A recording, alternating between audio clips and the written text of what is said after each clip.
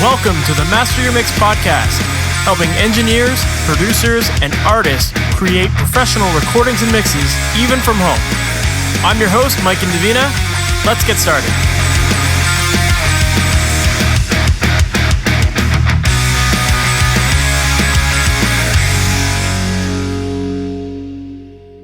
Hey, welcome to the MasterYourMix podcast. I'm Mike and Davina, and thank you so much for joining me here today. Today's episode is a really interesting one. I'm interviewing Maas, who, if you're not familiar with him, Jay is a great musician. He's a great producer, engineer, mixing, mastering engineer. The guy does it all. He's best known for his work in the punk and hardcore genres. He's worked with bands like Bane, State Champs, Citizen, Counterparts, Title Fight, and a whole bunch more. He's also currently working on a very cool project, which is a AI-based mastering service. Inside of this episode, we go deep into the discussion of that service, and we get into the nitty-gritty about how it works and how people like yourself can use it to help you with making better mixes and with also getting masters done very easily and fast. It's a really cool service. I've personally tried it out myself and was pretty impressed with it. It definitely sounds great, and when you compare it to a lot of the other platforms that are out there, it just blows them out of the water as far as I'm concerned. So we go really deep into the discussion about that. And Jay was also very kind to put together a very special package for listeners of the MasterYourMix podcast. So if you stick around to the end of the episode, you'll find out exactly what that is and how you can try it out for free. So let's not waste any more time. Let's just jump right into the interview. Maas, thank you so much for being on the MasterYourMix podcast. Thanks so much for having me. For people who might not know your background, can you give us some of that story on how you got into music and then ultimately got into production and what you do now? I mean, it depends how far you want me to back up, but the way I got into music was probably like a lot of people.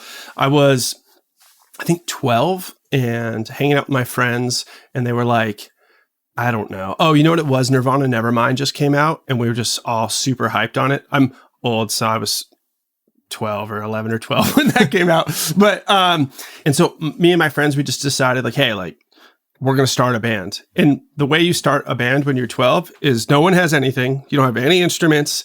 You just literally say, I want to play drums. You're the drummer. You know what I mean? And you say, so by the time it got to me, it was like, well, that guy said bass and that guy said drums. And so I said, well, I'll play guitar. And everyone's like, awesome. So I was in the band. So it took us about 3 months to start that band because we had to wait till Christmas for all of us to get our instruments.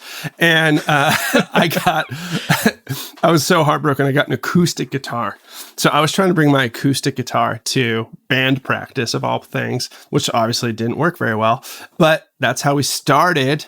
And it just went on from there. I just kept being in bands from that point on and started doing shows like the natural progression. Then I started going on like little tours. Like my first tour was like 2 weeks long, all the way down the East Coast and back. I think I was 17 because I graduated high school when I was 17. So it was like graduate high school, get in van, and start touring.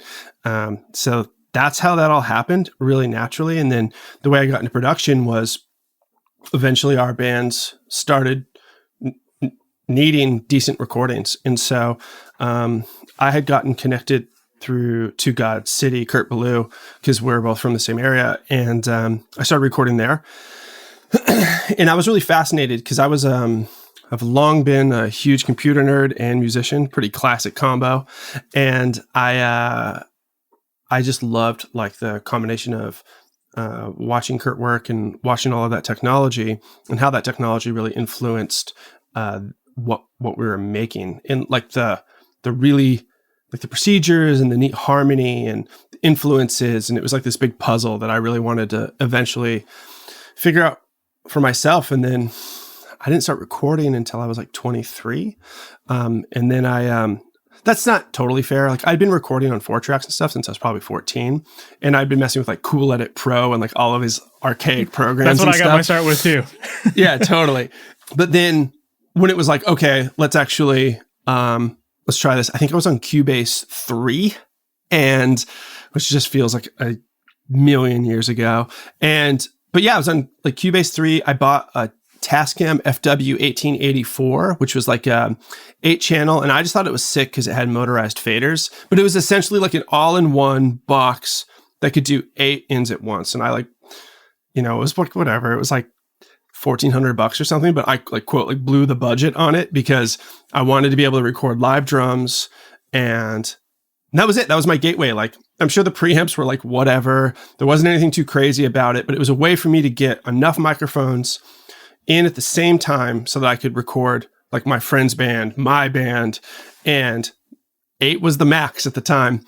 And so that was very intoxicating for me, and all my friends thought I was going crazy. They actually had an intervention with me where they were like, I was straight edge like my whole life, and so like if you weren't straight edge, we would think you were on drugs because like they're just like you are being weird. And I was like, yeah, I know. And it was just like working nonstop. I was just totally obsessed. And so I was the director of IT for a hot tub company when I started recording Arctic Spas LLC.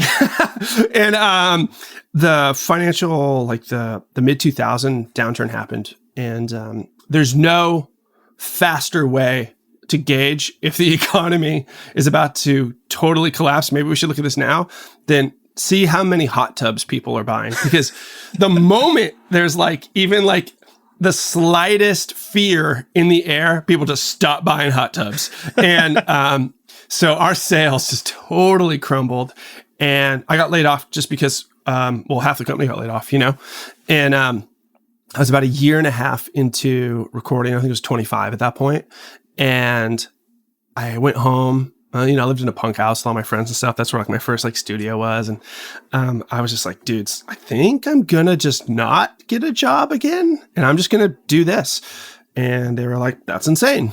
And yoke's on them, I guess, still sort of. I'll be 40 this year.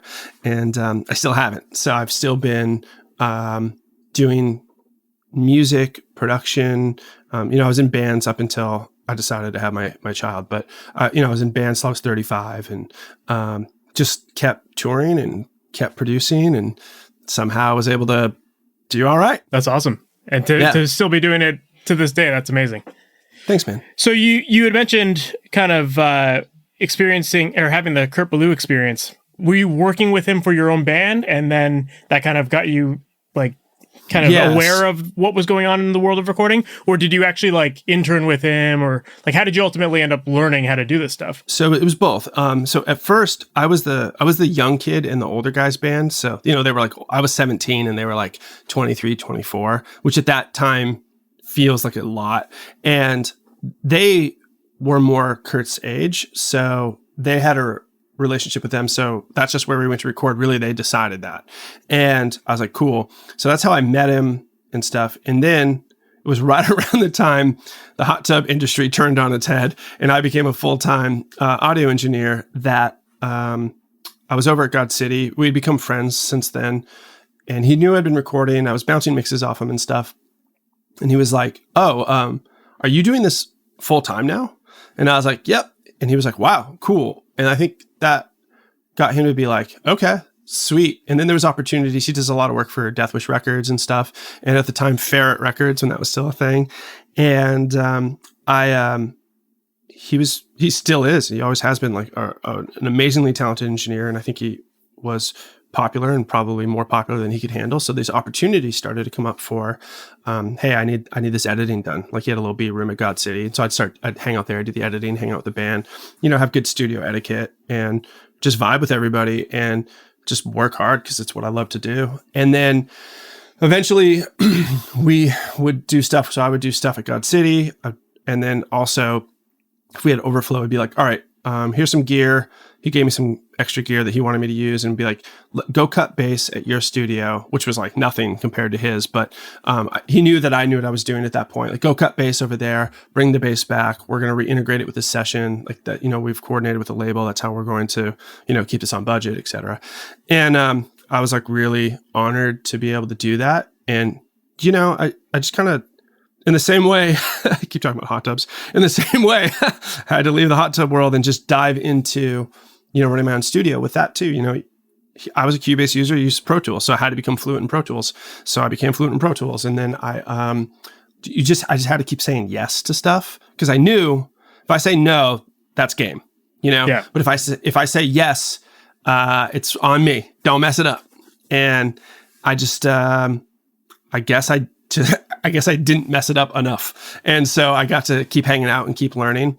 And then eventually, like it was just like a natural run of its course in a way where I was so busy with my stuff that it just kind of turned into like, I didn't really have the availability anymore. So amazing.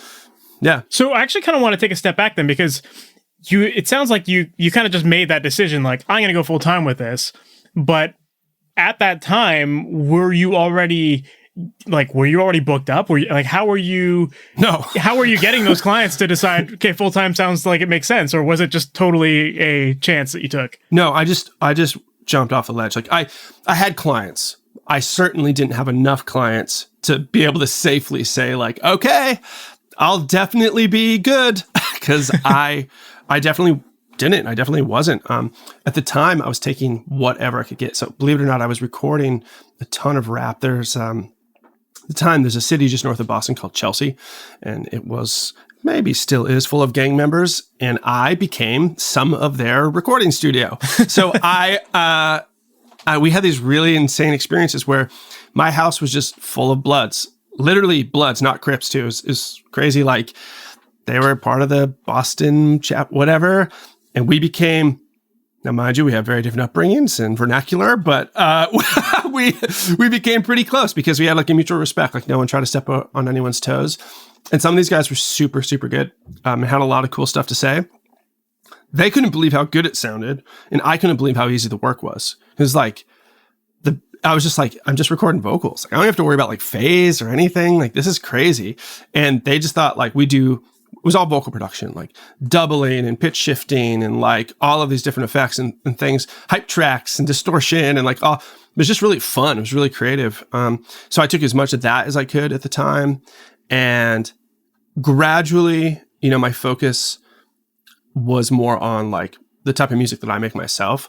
That's where I felt like I had the most like artistically and creatively to offer. So, gradually I got more clients like that, and the amount of gang fueled hip hop that I was producing definitely started to wane. That was okay with me.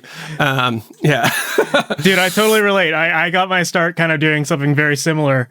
And like one of my first studio spaces, it was in the middle of like Hip Hop Central in Toronto. And like I would get so much of that kind of work. And you're right. It's like, it's so, I don't know if it's because like we come from the rock world and like we're used to a very complicated recording process of like, for sure, miking up every element and like getting the phase right and all that kind of stuff.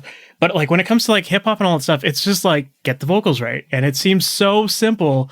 And I don't know if you experience this as well, but like I found that when recording hip hop music, they appreciated my rock sensibility because I would come at it from a different perspective. Because I wasn't a hip hop guy, like I looked at it from like a production standpoint and like rhythm and all this kind of stuff. Like I just had a different view as opposed to like this is what hip hop normally should sound like, and that's that. Like I don't know if you experienced that sort of same. No, I definitely did, and I think I was more of like anal about timing and stuff. So I'm a little bit more anal about editing and that type of stuff. So they just thought like, damn, I sound good. And that's really like what, us as engineers, when people come and work with us, they want to sound like the best version of themselves, regardless of the genre, So they really like the version. And then they pretty quickly figured out I played guitar. So all of a sudden I'm playing guitar on all the tracks and, it's like, but yeah, no, it was really cool. Like, I don't know. It was really cool. I'm really grateful for that experience. I don't do that much of it anymore, occasionally, but it's a totally different brain. It's cool. So you've obviously moved away from Cool Edit Pro, and now you're. I could see that you're in this awesome facility. Can you tell us a little bit more about your current studio setup and how that's evolved over the years? Totally. I realized. So speaking of working with Kurt and stuff like that, like, I came up right at the end of the era where all the guys that were just a little bit older than me, everyone had a console. And so everybody was like, you have to have a console. Like, that's how you work. It was like fundamental until like, when I first started recording, I remember very much feeling like no console meant I wasn't pro. And that's way gone now, thank God. But, and so when it came time for me, I did like that basement that I was telling you about where I lived in the punk house with my friends. I didn't mean to, but I recorded there for almost 8 years. I was there forever. It was cheap. It was like really centrally located, like right outside of Boston, and like just was like, I didn't have a lot of reason to move. And for what I sort of was lacking in aesthetics, I felt like I was making up for it in sound quality, and I had such low overhead too that I was like, well, I don't know. This seems to be working. Until I have a real reason, I won't move. Then it came time to sort of get up, grow up, move on, and that became pretty clear that I went house shopping, and very long story, very short. After a few pitfalls, I found this place. It's a little bit further north outside of Boston, but it's really beautiful here. We've got like an acre. And now that I have a kid, we've got this side yard. It's grassy and flat. We can play baseball and like just like a fire pit. So like now there's all these other perks I wasn't even considering at the time. I really just bought the house at the time because I was like, I walked into the basement and this house sits on a hill. So what they had to do is they had to raise the foundation up to get the house up to meet street level because it's on a grade. And because they had to raise the foundation up so much, I walked in and I was like, oh, like there's like, there are over 9-foot ceilings, like in this, it's just a really weird, like I kept walking down the stairs to the basement, like this seems tall. And I'm 6'4". So I went in there and I raised my hand like all the way up and I was like, this is tall. And then I was like, I could totally do this here. Price was right. I bought in 2012. So like the market was like just at the very end of being like really like depressed here. And and so I kind of scored on the whole thing, and I could afford it. It was tight, way, way tighter monetarily than it would have been, for me to stay where I was. But, and then there was all the build out costs and stuff like that. And yeah, I have a really funny story about how I handled build out costs. Hopefully Home Depot isn't listening, but I went into Home Depot. And so this whole thing cost me way more money than I thought it was going to. And so I was out of money. I was thinking I was going to sell my car, and use like the band's van as my vehicle. I was like, well, let me try one last thing. And I went to Home Depot, and they had this thing called like a project loan. It was like a 6-month loan. You could do like, hey, do you want to put in a swimming pool or like whatever? And like, they would give you sort of like 0% financing for 6 months. It's like the old Guitar Center card trick, but it accrues the whole time. If you don't pay it off in 6 months, like, watch out. Yeah. You just fill out. I was like, hey, can I apply for this? They go, yeah. You just fill the thing out on like a pin pad, like normal, like point of sale pin pad. And one of the questions was like, how much do you make a year? And I was like, there's no way they're checking, So I just was like, instead of putting like 40, I put $400,000 a year. I was like, what? I'll just say I typoed it, like if anyone gets mad, I'll like, it's a sticky button. Right. And, and so I hit that, and dude, a little receipt popped out. It took a minute. And it was like, congratulations. Like you're basically approved for like 17,500 Home Depot bucks. And I was like, yay. And then so I was like, I don't have to sell my car. And and dude, you should have seen, I was just loading up the van with just like the poor suspension, just like 2x4s and drywall. I was like, before they figure this out, I need to get everything I need out of here. And then of course, you got to like, you build the place, bust your ass building the place. And then you're on the hook. You got to get a lot of clients in because you got 6 months before all this interest is just going to bury you. So then I had to just work, just to be like, I kind of took that year like, hey, this is about to suck, but after it sucks, it'll be cool. And that's how I built this place. For everyone listening, this is not a financial podcast. Don't take any of this advice as things you should do. Forging applications for financing, trusting the hot tub market for this. Yeah, exactly. Yeah, so it's been pretty weird. But you were able to make it happen, which is amazing. Yeah. Like, so after you had built it up, and then obviously you had this big overhead, like how did you even go about? Because I assume like when you had no studio, you must not have been doing very much work because you're obviously just trying to get your studio built out, right? So how are you like building up the clientele or like setting yourself up so that once you were ready to go, like you could just keep that full and Well, if you want to talk about burning the candle at both ends, it took me, God, I totally misjudged how hard it was going to be to build this place. And so I thought I could build it in 3 weeks. I don't know why I thought that. I just decided I could. And I couldn't, obviously. And I was doing 16-hour days, super stressed out. No one talked to me. It was me and a buddy. That was it. And a few like drills and a lot of 2x4s and a chop saw and, you name it.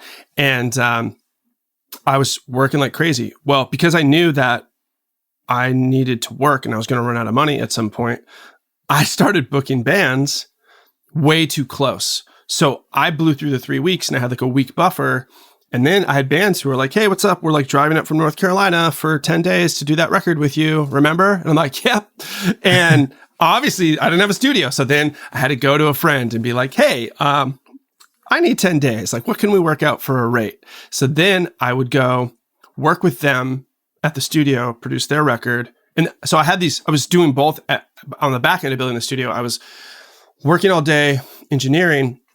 Then I would leave and I would come here and I would just drill pieces of wood together until 2, 3 a.m., making a ton of noise and get a few hours of sleep, wake up, drive to the other studio, just keep working on the record.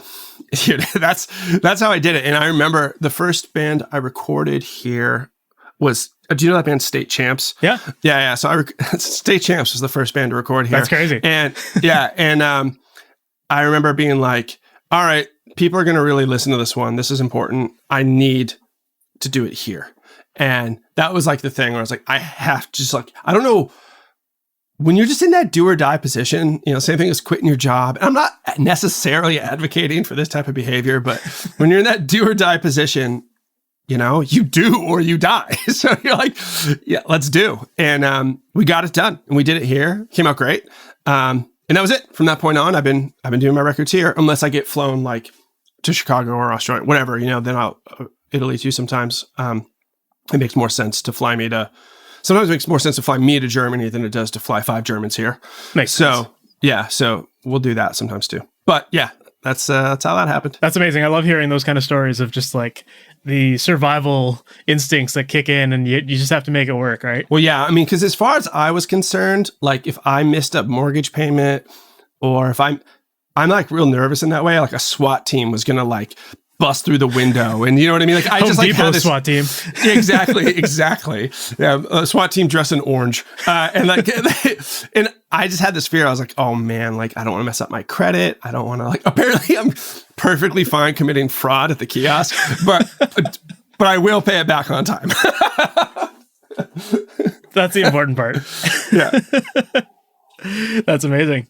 Yep. You were like, throughout all of this time, you were a musician still and you were playing in your bands. At what point did you, like, because you were in a band that was doing pretty well and touring quite a bit, you had a record deal. At what point did you feel like, okay, I need to stop this band life and kind of just focus on the studio full time? And what was that transition like for you? Well, it's like one of those things that creeps up. I don't think it all hit me at once or anything. It was like, I just started noticing I was getting into my mid 30s and I knew like I wanted to be a dad. And, I was living the dream of my 20s for sure. We signed to Epitaph. I was touring the world. I mean, we were at a point where, we had booking agents on every continent and I can just literally send an email like, hey, is this a good time to come out? We like want to like play Russia, whatever, yeah. And I'm like, great. We just get on a plane and we go. And it was amazing. And so I wouldn't trade those experiences for the world. What kind of happened though is I remember being in East Germany in a tent. It was 104 degrees and I was in a catering line with Davey from Davey Havoc and Fletcher from Fletcher from Pennywise and like just some of my like idols and some of the dudes from Lagwagon were there and stuff. And like we're just sort of like hanging out, but we're all eating the same chicken in the same tent. And we're going to go play that stage. They're going to play later than me for sure. But and I kind of like started, I was really humbled and stoked by those experiences. But I also had this thing in me that felt eager to get back home because there was all of this other stuff I hadn't done yet. And I've always sort of been the type where it's like, I don't know that I'll just like pick a thing, do it, die. It's like I want to do lots of different stuff. And I could kind of see what continuing on that path was going to look like. And I think it kind of changed my enthusiasm. I was still really grateful, of course, but like it didn't change my enthusiasm for my goals were just changing. And what I had built up, I was really proud of, but it wasn't necessarily perfectly aligning with my goals. And I think we've all had those guys in our bands, if you've toured enough, where you can just kind of tell that they are not in the same spot where they used to be with it. And that's really normal. It's really human. And people, there's lifers, man. There's some people who are going to be in that catering line and that's it. And they want to. They can't ever imagine, what, I got to raise a kid? Like, I got to go pay my mortgage? Like, are you kidding? That's crazy. And even at the height of my touring and stuff, when we were doing the best, I'm kind of a nerdy homebody. So I would kind of yearn for like, not such a fast-paced life. Yeah. And so that caught up with me. And I was excited to make that transition. And there just sort of became like a point where I think that became really clear. And it was just better to, it was the only honest thing to do is to be honest, and really like, my actions were already sort of showcasing that like I wanted something else. Yeah. Yeah, I definitely can relate to that because I've experienced that as well. And it's same like with me, I was always the youngest guy in my bands, and then I watched those guys that were older hitting that point in their lives where like, yeah, family, marriage, all that kind of stuff, that was like becoming the thing that they needed to shift towards. And so I saw it from the other perspective of like, I want to be the guy that's like the musician for life. And then like as I get older, I'm like, okay, I get it now. Like, yeah. Yeah. And so I was the oldest guy in Defeater. So I was probably, I was probably being looked at like, are you out of your mind? But I was the oldest guy and I was just sort of like, I don't know, like, I don't know. I think I want to do some different stuff. So that was that transition. And it really put me in a position here to produce full time and work on every other creative endeavor I want to. And like yesterday, I went to the beach with my wife and kid and it was awesome, and I can pretty much pick up and do that now whenever, because we've got really amazing assistants that work here, and that flexibility of life and not feeling like I'm on hold waiting for like quote real life to begin is nice to like not have hanging over my head anymore. Yeah, that's amazing. You had kind of mentioned that you have lots of different goals and lots of different focuses that you want to kind of achieve and things to tackle. And as a producer, I could see that you are a very multi-passionate engineer. You're someone who does a lot of mixing, you do mastering, software development. You've got your wife, your kid. Like, how do you find that balance of your time and how do you keep your focus on those tasks when, or how do you decide on which ones to focus on? Well, you put out the hottest fire, that's for sure. But you also, and there's always something on fire, but you also have to be, I think, the type of person where, what does Jay do for fun? Well, it sounds so bad. I work, man. Like I do what other people would consider maybe laborious. And I solve problems, like I said, for the 5th time. Big nerd. So it's just, that's what gets me psyched. And so if I can create something, solve a problem, like that's what gets me like jumping out of my seat and being like, oh my God, it works. Yes. And like, I'm running around the house and like telling my wife, she's like, that's nice, honey. And I'm like, yeah. But, so some people work and they want to go, I work so that I can, watch sports, or I work so that I can ride my bike or something like that. And I think there's always, or pretty close to always, hopefully like some semblance of balance there, but, it doesn't really feel like work for me. Like I really like, my little dopamine machine that sits above my neck, like fires off the most dopamine, when I fix problems and make people happy and I'm of service to others. So, that's probably why I can multi-manage, because I'm having a lot of fun doing it. Makes sense. Yeah. And I think that ties into some of what we're going to get into in a little bit, just about the latest project that you've been working on. But before we even get to that, I'd love to let's just talk about your productions in general and kind of get a sense of, what it is and that you do and, what your approach is to the projects you're working on. And specifically, I'd love to talk about mastering because I think that this will tie into your recent venture. I always love to ask engineers that do a lot of mastering work, there's a lot of people who believe that if they know how to use tools like EQ, compressors, limiters, and all that kind of stuff, then they essentially know how to use a lot of this. They essentially have the same equipment as a mastering engineer. And there's this belief that like, well, if I can get my mixes to a point where I'm really happy with the quality, what's the argument for getting your songs mastered by a professional? Well, if you're a professional, then I guess you are getting your songs mastered by a professional, but you more than likely aren't. Probably not. It's the psychoacoustic knowledge and the experience. I think one thing you find is like good master engineers are dudes that have been kicking around a long time. They've seen lots of problems. They've solved lots of problems, and they, not necessarily every time, but a lot of time, like when you think of like the wizard on the hill, like the audio wizard, he's always like some dude who's been around and he's got, as they call it, golden ears, but probably what he really has is like golden experience. And the difference is, what is it? Like, you don't know what you don't know. And so you say like, cool, I have the same tools as Bob Ludwig. Well, dog, you ain't Bob Ludwig, congratulations on spending an exorbitant amount of money on those tools. But now get ready for the 2 decades and like relentless work ethic and problem solving stuff that like someone like himself went through. So I think that it's very cool and easy to, not easy necessarily, but like fun and exciting to be like, I'm going to put distortion on the vocals and I'm going to like, this guitar tone's crazy and I always do things this way and I always do this. Well, fundamentally, man, like at the end of the day, all of those ideas probably are cool, or at least cool to you, and that's great. But they need to sound good to other people if you want anyone to care. And that takes an experienced ear. That takes, in my opinion, someone who has solved a lot of problems. And without getting into every last nitty-gritty detail of, I don't even know that I could get into every last nitty-gritty detail of my process because my process is variable. My process is entirely dependent on the input signal. And it also is dependent on the genre. And it's dependent on like what the expected output is supposed to be like. So for that reason, it can be tough, but there's some fundamental things, right? Like the ear hears 3K first. People typically don't like really like overly dynamic bass because it just causes havoc in most systems and will mask a bunch of other frequencies, right?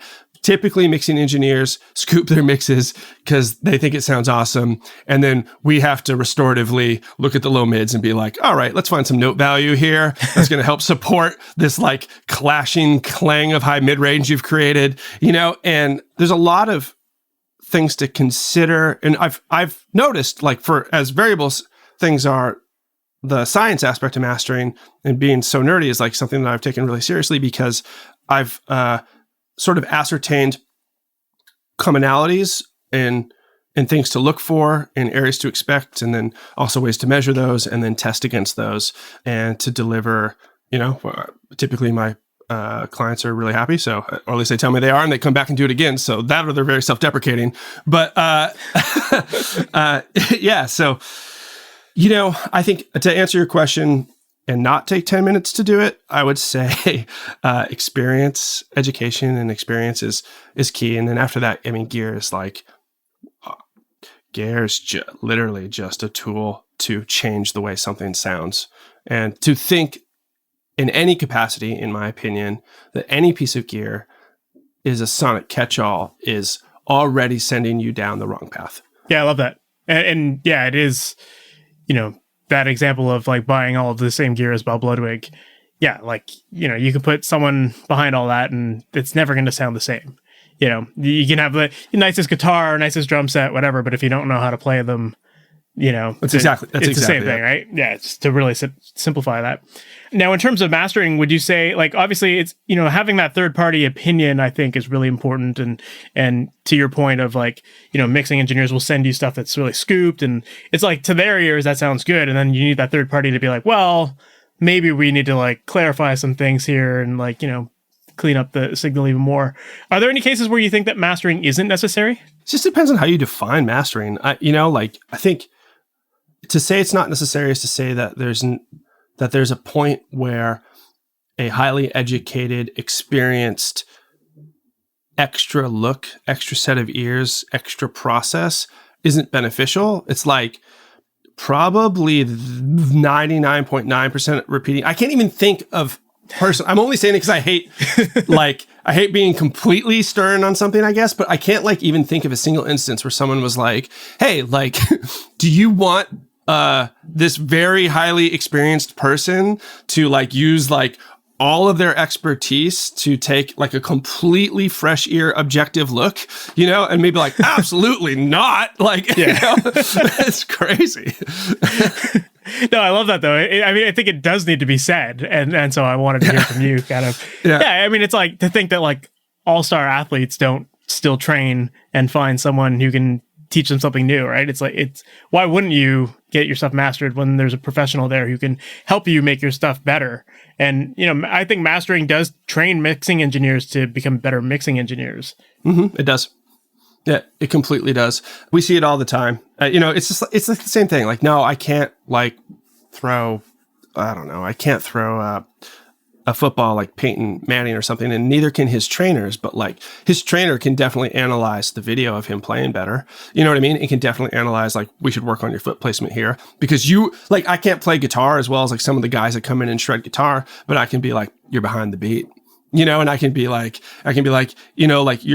muting too hard, or you're no, it most likely. And so it's the experienced overview is good in all things, I think. Yeah.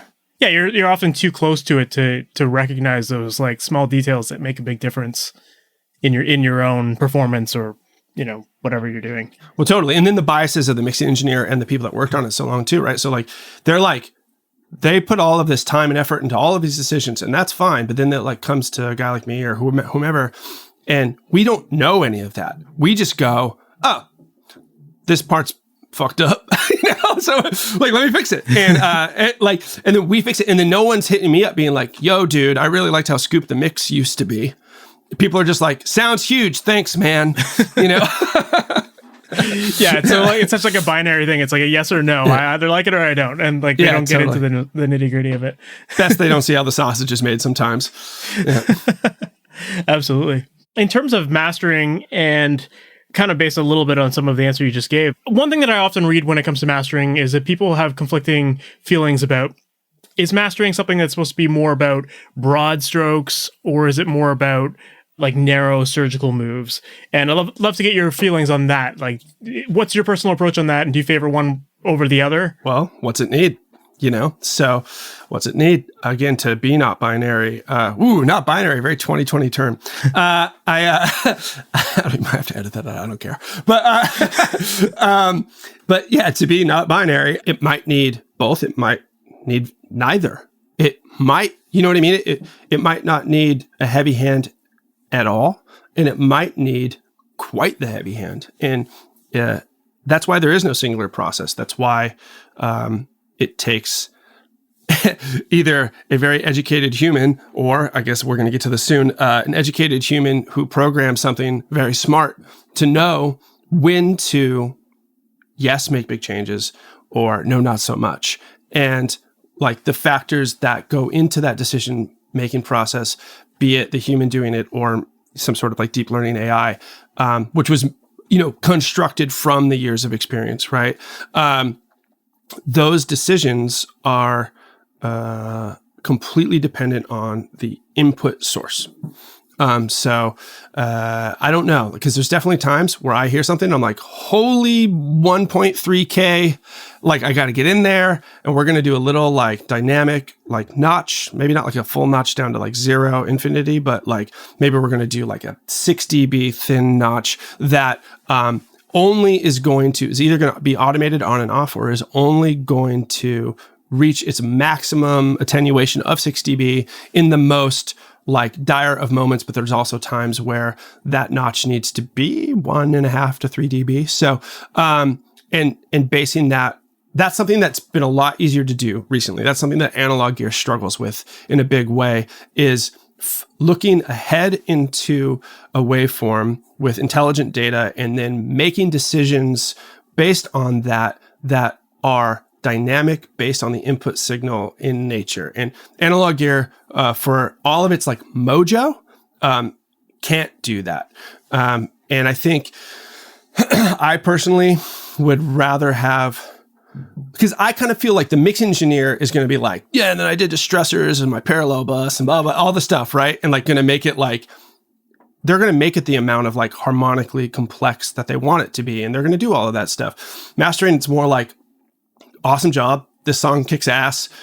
Mix sounds really good, but here's a bunch of harmonic spikes you didn't see. Here's like an enormous variance in like your sub content that probably needs to be reined in, like that type of stuff. And that's the type of stuff that we can calculate, be it with our brains or otherwise. Yeah, for sure. Well, you definitely knew where I was going with all of this stuff. Like, I wanted to understand your process a little bit more because you've been working on something new that I'm excited for you to talk about. And I wanted to know about your process so that we can then talk about how that ties into what it is that you're working on. So can you share what that is? Yeah. So I got this crazy idea to develop a mastering AI because I was not satisfied with the options that I had been hearing in the space yet. Now, that's not to say other people can't be satisfied with them. I just personally was not. And so for that reason, and because of my computer science background, and then eventually partnering with my man, Joe, who just his computer science background kicks my computer science background's butt pretty hard. The way I look at the two of us, we're partners in the company. It's called Maastr. It's named after me. I didn't want to do that, by the way. And then I just kind of had to.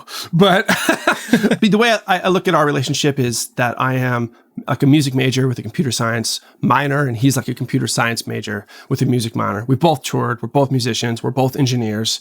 You know what I mean? It's just like when that fork in the road came where I was like, I'm going to keep getting in the van and I'm going to run and build a recording studio as my day to day, like the thing I do every single day. He was like, and I was like, I'm going to program on the side.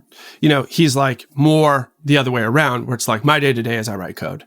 But we both have a very deep understanding of both sides of the space, which makes for a really nice partnership. So speaking of all of those forward looking things that analog gear can't do. First of all, oh man, where do I start? I've always been very bleeding edge. I've always been very new school. I think technology typically advances directionally, and while certain aspects never really go away, like I use this on another podcast, so I'm gonna use it again, where it's like people still have horses, people still ride horses. It is probably not their primary mode of transportation to take them to their job, right? And like when new stuff comes out, there's a lot of fear and there's a lot of like trepidation about, but I think what we usually find is that like we find an equilibrium point. These technologies become mature, they become part of our lives, and they usually bring better affordability, better scalability, like more features, more convenient, and ultimately like can end up better than the products of which they were originally derived from. And we can see that like in video is a perfect example of that, right? Like it's really cool to watch something that was shot with film. Like it has a character, it has a grain, and people who are masters of recording amazing pieces of cinema or whatever, documentaries with film, there's a grace to it. And when it's handled well, it's awesome. However, most of the time, we watched digitally created images that look absolutely unbelievable, right? And that's what is probably the right move most of the time. I think that as musicians, we can be a little curmudgeon-y when it comes to adopting new technologies, and we're understandably distrustful of like of anything that isn't just like long-haired rock guy in front of console, lots of knobs, like we're distrustful of Jay Maas and his fancy cloud robots. Like, how could you not be, But so for those people, I would suggest try it, and try it and tell me that it didn't do a good job. And you don't have to think so. and we can talk about that. No, but I think really the value that this is going to bring, a properly handled version of this technology brings such immense value to our space. Like you said, mastering makes mixing engineers better, right? And mixing engineers, imagine instead of waiting 2 weeks, you set a budget, it goes to the mastering guy, he gets to it, you get it back. And how many times, like so many times, the mixing engineer hears that mix back and they say, this does sound really good now that I've heard it. I really wish I could go back and just tinker that because it brought out some frequencies that are very important, but I had an excess of those frequencies in one area of my mix that the mastering engineer wasn't able to get to, but I can very easily get to. And now that I hear that, yes, this is a better curve, but it's bringing out, like, just in my vocal, there's like that 700 hertz thing going on that I just need to tuck down a little bit more, right? Like, if you use Maastr, right, that's a 5-minute process. And oh, by the way, it didn't cost you any extra money. And you can do the car test, you can do all this stuff. But, we use a conventional mastering engineer. You're going to wait and pay. And then you're going to be up against, that whole thing where you're like, is it worth it? Like, do I want to hit him back up and be like, hey, and like, how much more would it be for a revision, or how many revisions are included, or when could you get to this? Because we've got a deadline, like we've got this stuff. So like that just seemed like a process that had a lot of room for modernization, but you can only do it effectively and in a way that's going to be like, hopefully ubiquitously or as close to possible at scale. If you have someone, I guess, like myself, who's got these 15, 16 years of audio expertise where they've been doing this stuff and they know the right decisions to make. You can't get like random comp sci dude to effectively program something that requires, basically a doctorate in audio to do, Yeah. Makes sense. So who would you say you're marketing Maastr towards? At first, we're going to market it towards, I guess, I honestly don't know who wouldn't benefit from it. Like even my dad, who just like hits me up and tries to figure out like where the USB plug goes into his computer. Like when he when he writes a song, like, you could take your demos and all of a sudden you can play them in your car and they sound awesome. But I think at first we're going to sort of market this towards mixing engineers. There's so many technologies really like enabled so many people to get into recording that normally would have been not able to because of the cost preventative nature of gear acquisition and all of that. So yeah, budgets for records, of course, have gone down, but the upside there is so has the cost of entering the market as an artist. And we're also going to see a lot more of people being able to make really, really good art on their laptop. They already do, right? I mean, Billie Eilish just cleaned up at the Grammys, right? Like, and so like you can make some really, really compelling art, but what you won't have is that like scientific plus art plus technology convenience. Like, what are you going to make, like a parallel hosted mastering AI in the cloud? Like, no, but using one would be like really beneficial to you. And there's so many people making amazing art where now they can themselves become better mixing engineers because they get that feedback as well.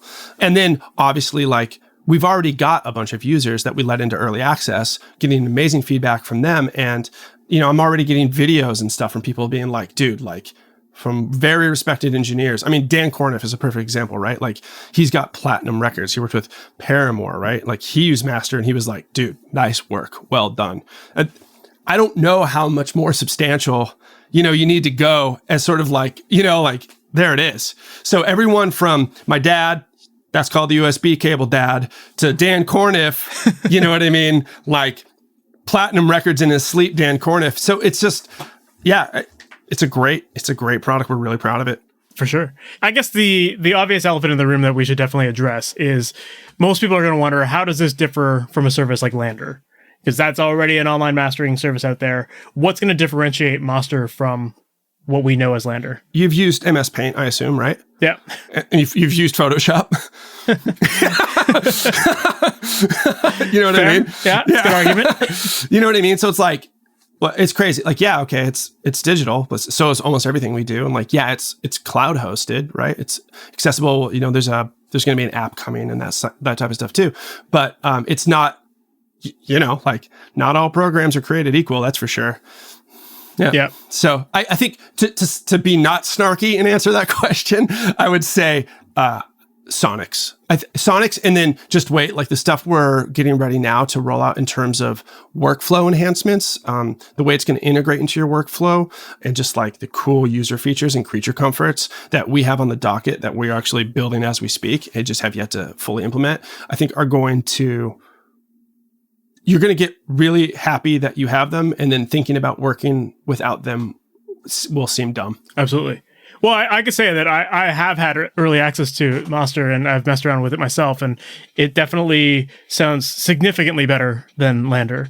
Oh, thanks, man. So I would say that on the quality side of it, you've definitely nailed that. I think one thing about Lander is that it definitely struggles with a lot of material. There's certain material that you could throw at it that it just doesn't know how to react to, and you're going to get weird artifacts out of it. It's going to sound pumpy or like really squashed, that kind of thing.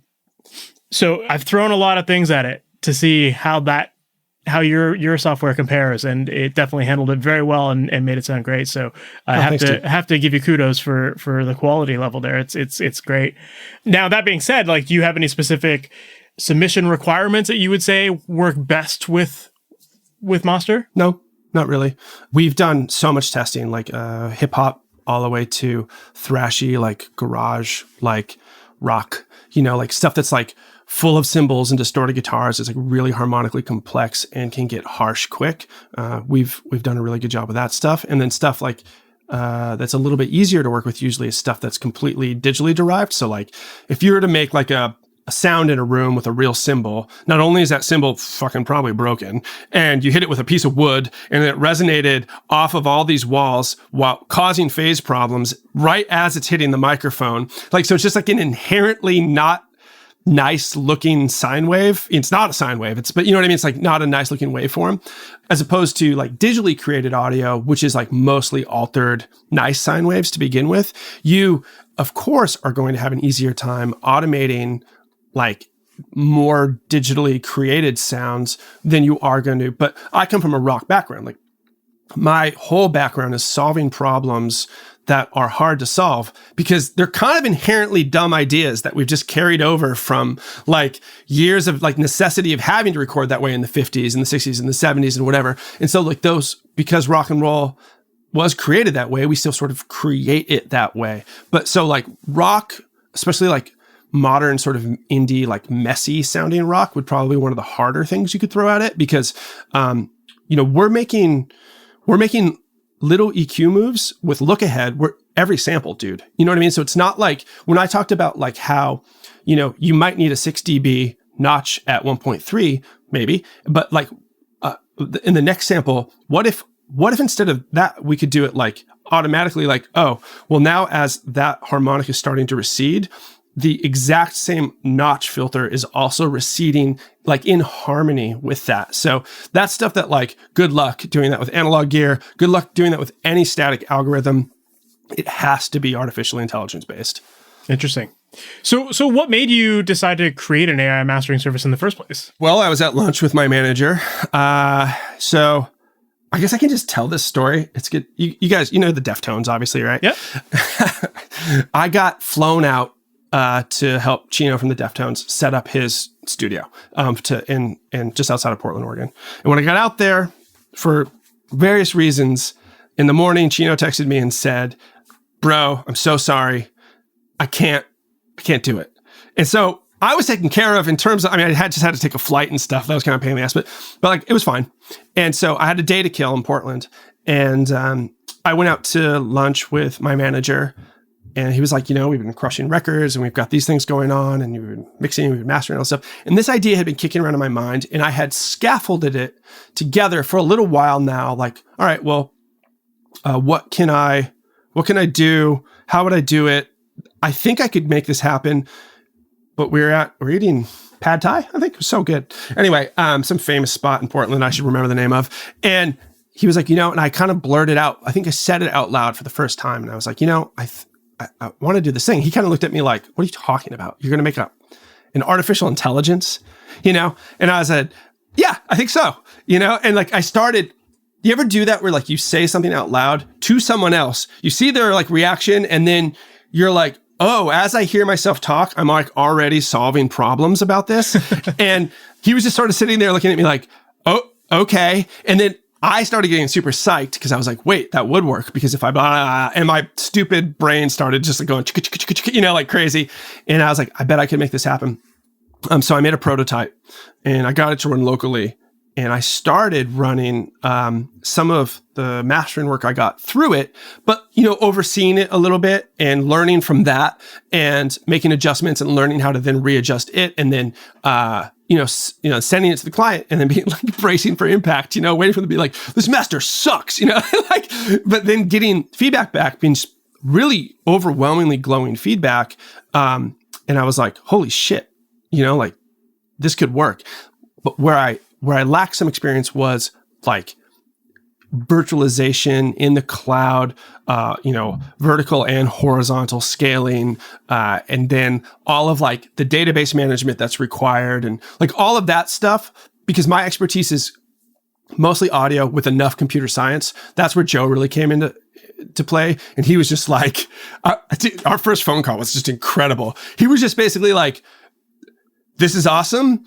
And no, you know, like we could do this. We're not going to do it like that, you know? And I go, okay, how do we do it? And then he was just like, well, this is going to be blah, blah, blah, all this stuff. And I was like, you're smart. That makes a lot of sense. And so we didn't know if we were going to finish it. We didn't know how much further from the prototype we were going to get, but he was really cool. He was like, it was really serendipitous timing. He's like, I have next week off. Why don't I dedicate next week to just getting a little something popping here? And we were talking every day at that point, and by the time that week had come to an end, it was we could use it like in a very rudimentary fashion. But I could upload something, and it would come back, and it would have run through the AI, and we were like, "Oh shit!" You know, like we can do this. And then now we've just been fully like obsessed. I love that relationship between you and Joe, because a lot of people might be concerned when they hear like any sort of computer program or whatever. They might just think, oh, Jay's just throwing his name on there, you know, and he's getting someone else to totally design it. But from the sounds of it, like you're really invested into making this work like an engineer, and like the stuff that you're throwing at it, you're testing it from an engineer's perspective, which is great. It's not just your name being slapped on there at all, which is awesome. Oh yeah, far from. Now, admittedly, I completely slapped my name on there. Like it is. Well, it is called Maastr. I don't know what Joe's last name is, but yeah. But that was mostly because everyone I was talking to about it was, for years now, I've mastered records, and they'd be like, "Did you master it or did you master it?" You know, just because of my name. and I'd be like, "Har har har." I never heard that one before. And then so when I started talking about this, they're like, "Oh," and I'd never thought of like spelling it that way. And then a friend of mine, I was telling him about it, texting, and he texted me back, and he made the same joke, but it was the first time I had seen it in text, like, and he took out the E, and Gus, thank you, by the way, it was Gus, and it was Maastr, and I was like, oh, that just kind of looks right. And then I felt really weird. I was going to call it like Masterbot or like something, you know, I didn't know, like, I just felt weird about, it just felt so like ego or whatever to name it my name. But it just kind of made sense, and it tied in with the fact that some people know me as an engineer. And once I did it, I was horrified to name it after myself. And then so many people were like, "Oh, dude, the name rips. Love it." So that was nice to hear, because I'm not I don't want to like, I don't know, you know, I feel weird branding myself like that. But the name's that's the name. Yeah. Yeah, that's for sure. So when the idea came up to create an online mastering engine, like what were some of those key factors or components of mastering that were really important for you to incorporate into Maastr? Do you mean like in a technical way, or? Well, I guess too, you've kind of maybe touched on some of this earlier, but like, I guess there is a lot of different input material that could go into it. So, yeah, you know, how, maybe without revealing too much, I don't know what you feel comfortable talking about, but even if I reveal like, it, good luck coding it, but yeah. But like, how does it know, like, to analyze all this stuff, and like, you know, where does it take it, and how does it know when to make those broad cuts, broad boosts? if I'm being dead honest, it's mostly derived from my own creative process, right? And then taking that creative process and figuring out how to code and virtualize that. So it's very much like how I look at things, and the order that it looks at things and the way that it processes those things is very much from I just took what I had been doing, with all the experience and stuff. I took all of that and I broke down those choices and I broke down those decisions and into different chunks. And some things are best handled in different phases, I'm sure right? And so I took what I think is the best sort of formula for so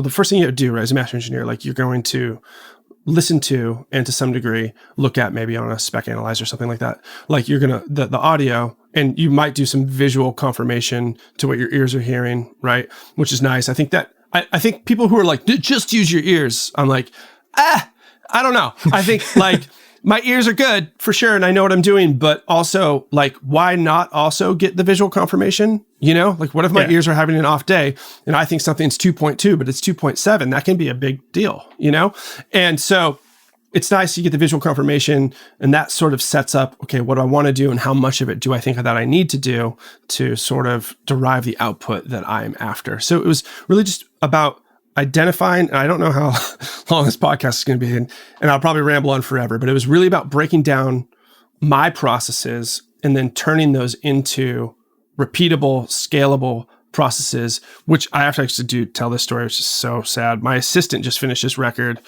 and I mastered it for him. And then for shits and giggles, we ran it through Maastr, and we both agreed it was just better coming out of the AI. And why? Because I mastered his EP at the end of my day. My ears were a little bit tired, and my listening environment isn't as consistent. Like, you have to understand, like with enough tweaking, like Maastr's, quote unquote listening environment never gets tired. It can do it. It's completely consistent. So like, when imagine being able to take like the aggregate awesomeness of all of your best moments over a course of 6 months and subtly turn those into a perfectly, infinitely repeatable decision-making process, as opposed to, I'm tired, I need coffee, but I have to master this. Maybe no off days, right? So that's sort of answering your question. I don't know. No, it makes sense that like it's interesting to hear it from that perspective of you took your process and just digitized it, and it leads me to believe that when I run my stuff through Maastr, it's going to sound like I hired you on your best day to do it. Yep. That's one of the first comments I got from Bob Cooper, producer in the UK. Wonderful lad and very good engineer. And the first thing he said to me, he was one of the first people to run anything through it. And he said, not only is this a great sounding master, he says, it sounds like what I would expect you to do. Yeah, and I felt that way too when I tried it out. I compared it to some of the stuff that you've worked on, and I was like, oh yeah, I could see like Jay would have done this. So it makes sense that I'm hearing this out of Maastr, which is great. And I think that's it's a really cool way to kind of extend your services and just make it a lot more accessible. Yeah, it's cool, man. Like what I used to get out of being in like Defeater and making records and stuff is that I got to take all the crazy stuff that happens in my brain and I got to put it out to scale, right? Like you put it out in digital streaming services, you make records, and like, I can only tour so much. Right? Like you can only be in one place at one time. But when I look at like my Spotify analytics and stuff now for the art that I've created, and I see like, I don't know, tens and tens and tens of millions of people have listened to and hopefully enjoyed. I mean, if they keep listening, right? I don't know why they wouldn't if they didn't enjoy it, right? Keep listening to and hopefully enjoying the thing that my brain did. And that's sort of like in this sort of next evolution or phase of my life where I'm focusing on being at home and working on this instead of sort of like scaling what my brain does in terms of songs and emotional response. It's more like scaling what my brain does so that we can empower the scale of everyone's emotional response that uses the product. It's like a way to like get it into the hands of everyone who's trying to make like emotionally compelling music and make their product better and educate them. It's like an I don't know. That seems like a really noble and good thing to do. And it makes me stoked. That's probably a big driving force for me as well. Yeah, it makes sense. Like you made this to help your workflow and to help your lifestyle. And, this is an infinitely scalable thing because it's digital. Yeah, that absolutely makes sense. So I'm curious to get your take then. Like, do you think AI will replace humans when it comes to music production? Depends on in which capacity. I have not yet heard anything remotely close to. Okay, so here we go. We're getting deep. I think that what is really important in music, speaking of emotions, is how we can effectively trigger emotional and empathetic, or not always empathetic, but different emotional responses in combination of emotional responses in one another. And I think that is a very human to human thing. So I don't know that AI can make music. I just don't know why from what I've heard so far anyway, why any human would really care about the composition of that music. Now, maybe we make a beat, but what's going to sell it? It's the inflection of the vocalist. Like if you're going over a purely digital beat that was created with some deep learning, here are sounds. They are at a tempo. This is the key, right? Okay, congrats. Here's some stuff. But that's not going to sell much, except for nerds who are like, I can't believe deep learning made this beat. Like that's not going to go very far. So what you'll get though is you'll get somebody who maybe be inspired by those sounds. It will be the contextual delivery of the thoughts and emotions of that performer and the nuance of it that has, I think, all the real power to be connective to other humans. And that's usually what we care about. And we remember where we were when we heard certain songs and certain feelings and stuff like that. So maybe, but that's hard for me to speculate. I would say we're a very, very long way away from that. I would say that contrary to that, AI, I guess with my help to some degree, and very much Joe's help for sure, has gotten to a point now where we can help make those emotional expressions very, very nicely transferable, like more easy, sounds right. You know what I mean? And so in that way, yes, it helps. But in terms of like pure creation, not for me, not yet. I haven't heard any clicks and boops that do that for me. Yeah, it's interesting to hear it from your perspective because, I mean, like I'm not a programmer at all. I have no clue where to even begin with that. So it's interesting to hear you kind of mention that human element because certainly like you have to start with the right ingredients to begin with, right? And that, I think the recording process, getting the right performances, getting the right energy, getting all those emotions, that all, yeah, like you're not just going to have robots singing and it's, sounds like a perfect, So it's interesting that you framed it that way because, yeah, you need the good stuff to come in first. And then I imagine that, Maastr is just one stage that could probably be automated with AI. It has been. And, maybe the next step is to take it down another tier. Maybe mixing could be something that, like, I don't know if you see mixing as something that could possibly be automated as well. Yeah, I would say though can be like, yes, can be. Yeah. But like, to make it, I don't know, like we talked about before, like earlier in the podcast, like so much of the harmonic content and like the compressor that was used and the amount of compression that was used and all of that stuff, that a lot of times those come from emotionally deliberative places for the composition. And like, it would be, I'm not saying anything necessarily is impossible, but I would say it's way off for it to be a really day-to-day useful, compelling like technology. Yeah, and I do. There's obviously the human element of, how to process your tracks to bring out certain elements of the emotion and intensity and all that kind of stuff, right? Like that's, yeah. It takes a human to decide to make those decisions as to like what's right and wrong for the song. So right, and so what I think you just touched upon something that's really important, and like so, if let's say you're a Maastr user, right? Not only do we bring this like intense science and all of this stuff, like really powerful stuff right at your fingertips, what it brings back to you is your power as an artist or a mixing engineer to iterate like on your terms. And that means you don't have to wait for someone else. You don't have to lose your objectivity. You can, if you want to sleep on it, you can. But if you want to get back to your mix 5-10 minutes later, you can. And so it's like really empowering and enabling artists to not need to do 15, 16 years of dedicated experience in a certain area, but really gives them like a really powerful tool to iterate emotionally into their mix. And then what's so funny is like all of the output you get from Maastr is absolutely good to go. It can be the final mix, or sorry, the final master if you want it to be. But because you're no longer dependent on that very slow paced scale of traditional mastering, it doesn't have to be. Yeah, it allows you to make your decisions and tailor your product after hearing the mastered version, I guess. No question. Yeah. So do you think that like you are a mastering engineer still, and you still do mastering? So I'm also curious to hear your opinion on like where the difference would be between something like Maastr versus having an actual mastering engineer. Are they the same now? No, they'll never be the same. But that is to say that one is better, and that's where I think you get to the point where you're like, which Lamborghini do I want to drive? And if you are the type of person who's like, nope, absolutely not. I don't want anything to do with any AI BS, whatever.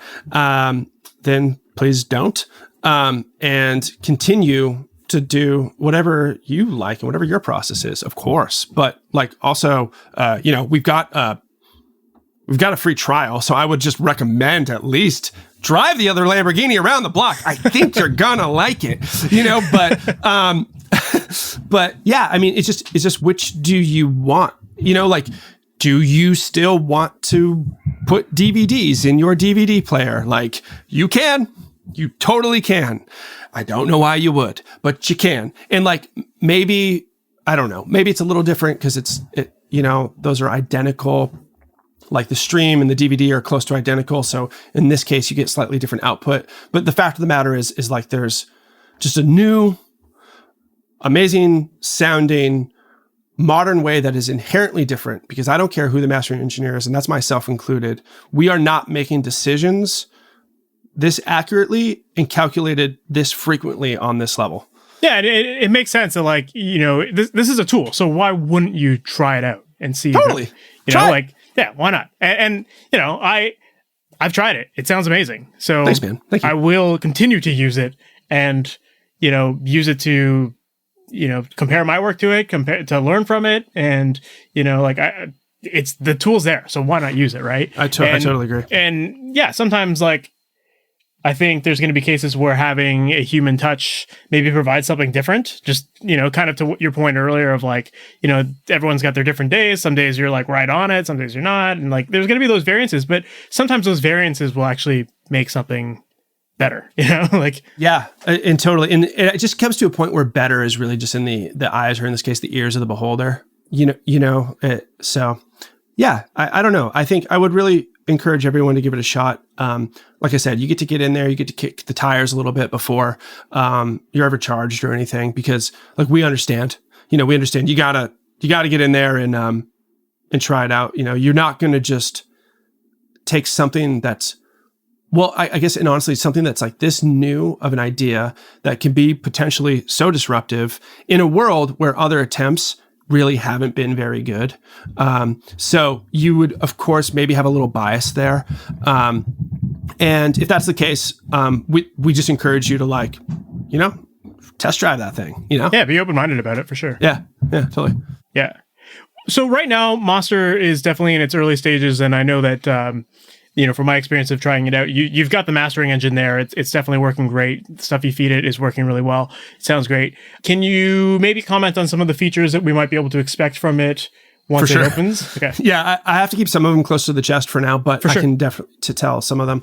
One big one that I really like is, so you're a mixing engineer, you're an artist, you want to share. So a lot of us mixing engineers, right? We do work for people, and we have to deliver them files, and then we will get some sort of like convoluted mix note report back. So we're going to handle mix notes right in the platform.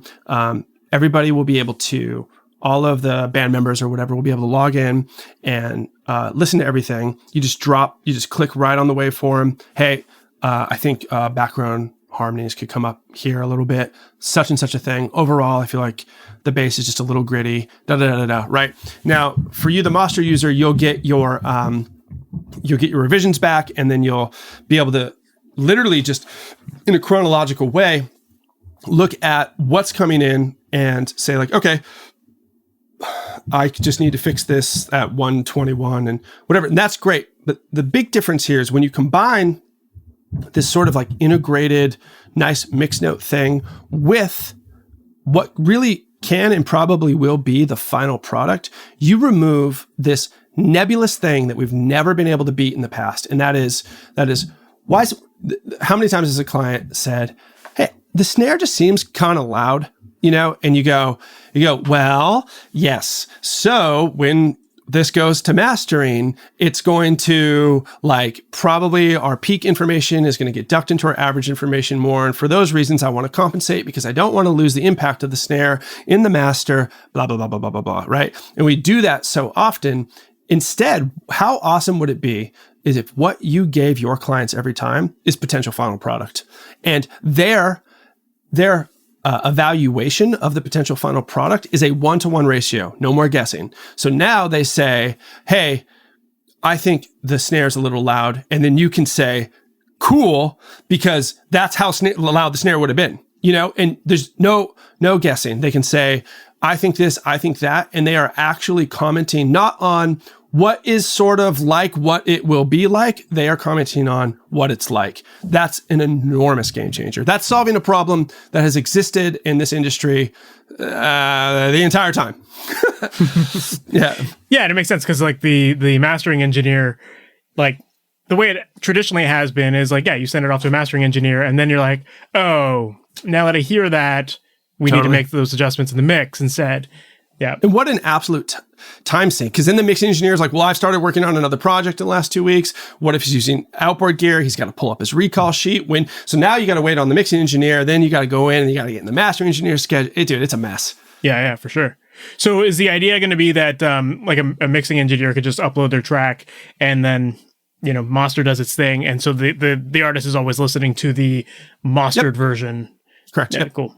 Yeah, that's awesome. There's no reason not to. That, and there'll be auto notifications. We're working on, there's some stuff I can't say yet. We're working on some really cool stuff that's going to make it super slick, but there'll be, your users and the clients of that user. The thing with the platform is you can just be a solo artist. You just do it all yourself. But if you are the in-between person, right, we solve that problem too, where someone's dependent on you to handle the mix and deliver something that they want because they just don't know how to do that part. Well, now what they hear is final. If you are doing everything yourself, what you hear is final. So there'll be a mix note thing that'll be really helpful for people who are acting as the mixing intermediary between the art and the artist. Or if the artist is just making the art, then of course that part won't be necessary, but it's completely available.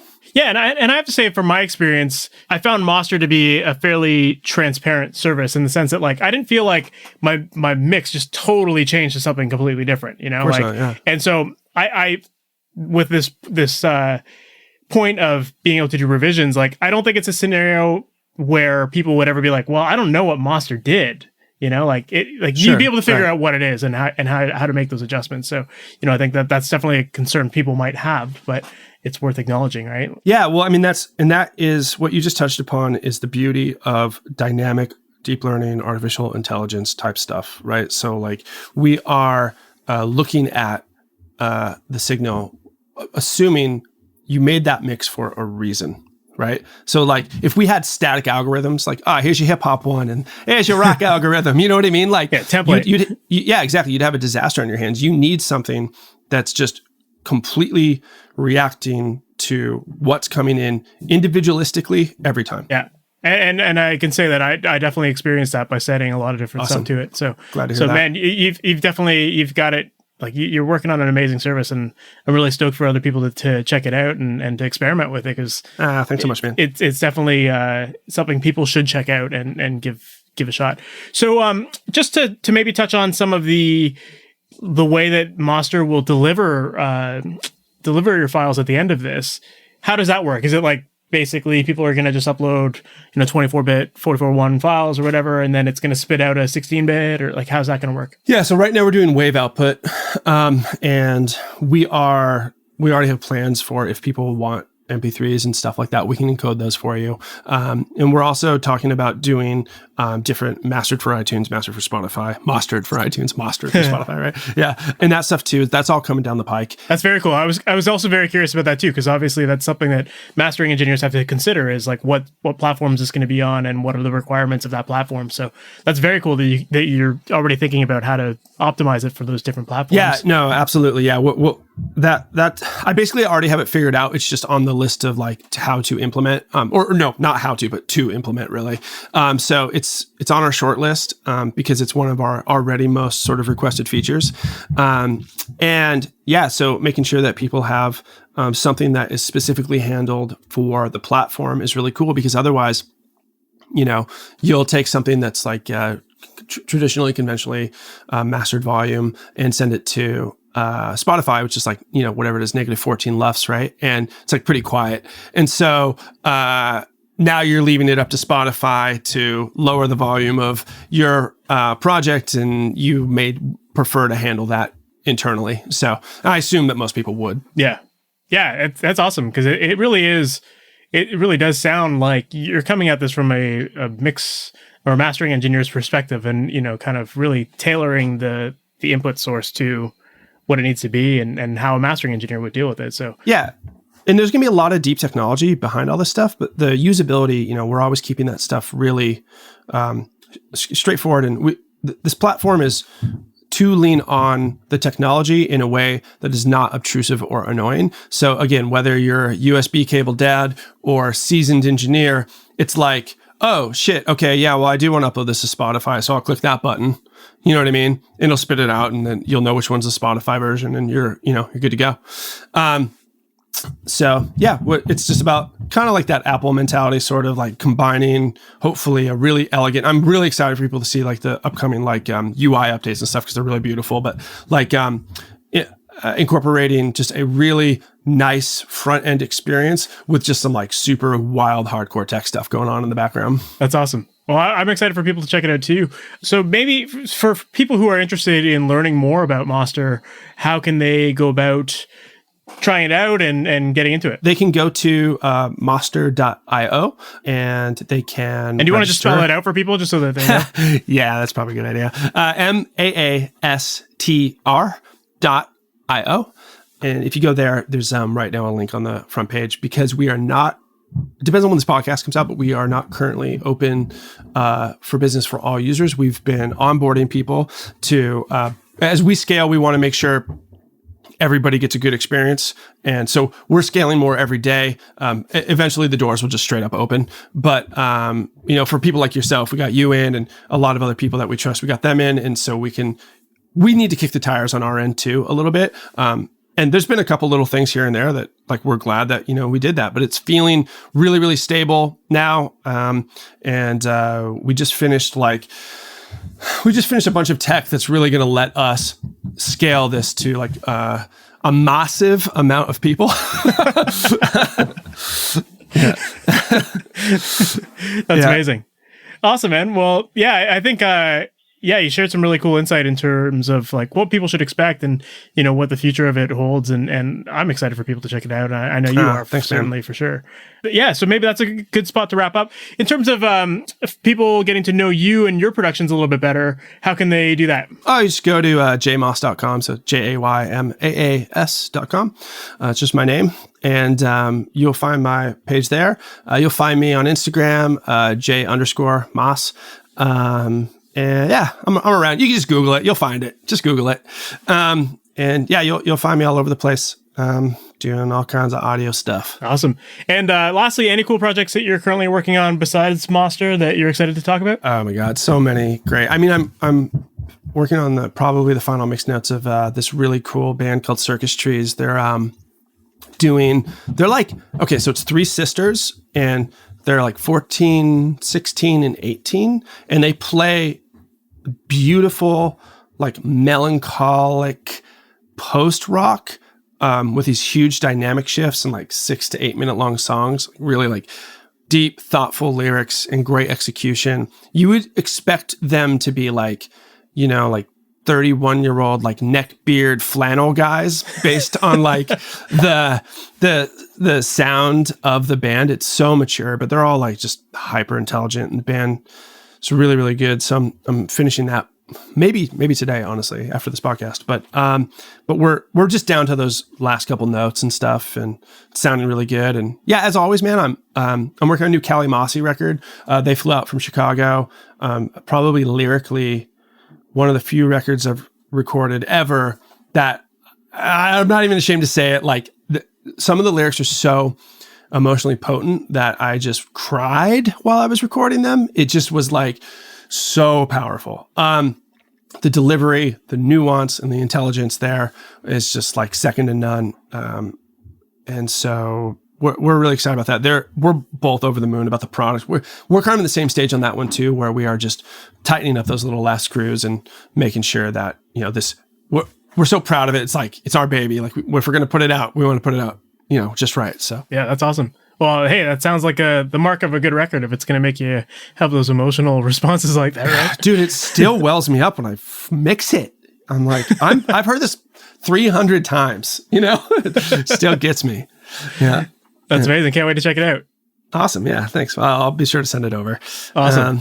Cool, man. Cool, man. Well, thank you so much for taking the time out of your day to do this. And I'm really excited for people to dig into everything you're working on and keep up the good work. Thank you so much.